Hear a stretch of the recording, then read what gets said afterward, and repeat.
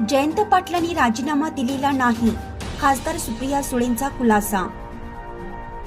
पुणे राष्ट्रवादी काँग्रेस शरदचंद्र पवार पक्षाचे नेते जयंत पाटील यांनी प्रदेशाध्यक्ष पदाचा राजीनामा दिला असून पक्षाचे नेते शशिकांत शिंदे हे नवीन प्रदेशाध्यक्ष होणार असल्याची जोरदार चर्चा गेल्या 2 ते 3 दिवसापासून सुरू झाली आहे। याबाबत पक्षाच्या नेत्या खासदार सुप्रियाताई सुळे यांना विचारलं असता त्या म्हणाल्या की राजीनामा मी तुमच्या चॅनलवर पाहिला आहे, राजीनामा मी वाचला नाही आणि बघितला देखील नाही।